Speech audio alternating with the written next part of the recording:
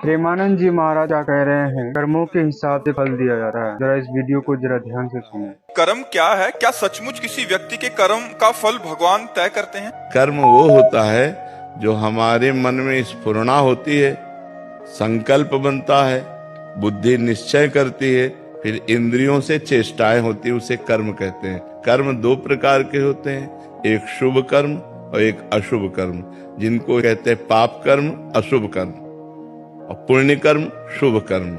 दोनों का फल अवश्य में वो भोक्तव्यम कृतम कर्म शुभाशुभम, अवश्य भोगना पड़ता है, उनका परिणाम भोगना ही पड़ता है। कोई कितना भी बड़ा ऋषि महर्षि हो, उसको भी भोगना पड़ता है। इसलिए कर्म बहुत होश से करे, बेहोश होकर न करे, प्रमाद में न करे, नहीं तो उसका दंड मिलता ही है। हिंसा 5 मिनट में हुई और उसका दंड पूरे जीवन भोगना पड़ेगा, या ज्यादा अपराध बन गया तो फांसी की सजा मिल जाएगी। तो कर्म ही तो है। किसी बहन बेटी को छेड़ दिया, अब डंडा चलेंगे, पुलिस ले जाएगी, मुकदमा चलेगा, उसको सजा मिलेगी। कर्म है, क्रोध आ गया, हम किसी की हिंसा कर दी, आजीवन कारावास, जेल में। कर्मों का तो फल है। कुकर्म हो गए तो पूरी जेल भरी हुई है। सारा खेल कर्म का है। कर्म प्रधान विश्व रचि राखा, और जो जस करे तासि फल चाखा।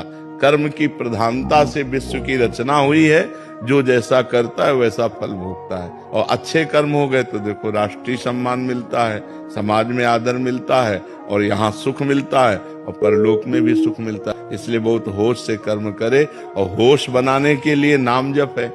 जब तक नाम जप नहीं तब तक बेहोश ही हो। जानते हो कि ये कर्म नहीं करना चाहिए, फिर भी करोगे। सब कोई जानता है पाप कर्म किसे कहते हैं और पुण्य कर्म किसे कहते हैं। भगवान ने इतना ज्ञान सबको दिया है, और जब कोई कर्म करने चलता है तो भगवान अंदर से प्रेरणा करते हैं, ये गलत है, मत करो। लेकिन हम लोग इतने मलिन स्वभाव के हैं कि अंदर की बात को न मानकर और कर्म कर बैठते हैं। अगर नाम जप है तो तुम्हारे अंदर जलन पैदा हो जाएगी, तुम्हारे अंदर बल आ जाएगा कि नहीं नहीं, हमें पाप कर्म नहीं करना है। इसलिए कर्म बहुत संभाल करके